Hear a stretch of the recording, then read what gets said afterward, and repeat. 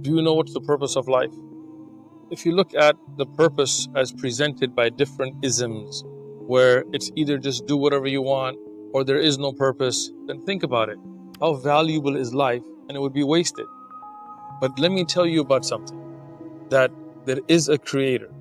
One creator, the same creator that sent the message to Moses, to Abraham, to Jesus, to Muhammad, peace be upon all of them. And he sent that one message to worship none but the one God, to live a good life, don't kill, don't steal, don't harm others, follow the Prophet of that time. Imagine how great your life would be living by that. You would be the best version of yourself. And let me prove to you that it's a true message.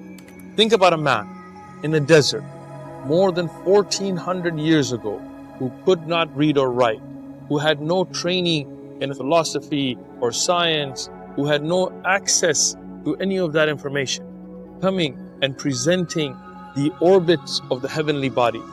In the Quran, the true message of the one creator that was revealed to Muhammad, peace and blessings be upon him, an unlettered, illiterate man, it tells us in the 21st chapter, in the 33rd verse, that all of the heavenly bodies, the sun and the moon, they have an orbit. How can a man in the desert, without telescopes, without that knowledge, know that? You cannot observe the orbit of the sun.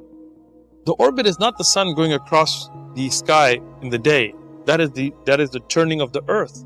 The orbit of the sun is the sun's orbiting, which is something that is impossible to observe with the human eye. I want you to get a Quran.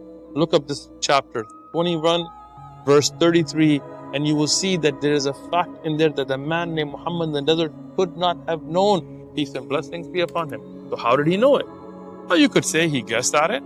But if you look in the same Quran, in the 23rd chapter, in the 14th verse, it talks about the development of the embryo and the stages of development inside the womb. You know, a man without an ultrasound machine, without an MRI machine, without any medical equipment, how could he know how the clot clings to the side of the womb, how that clot develops into a lump, how it develops flesh and then bones, and then the muscles that develop around the bones? How could he know those details?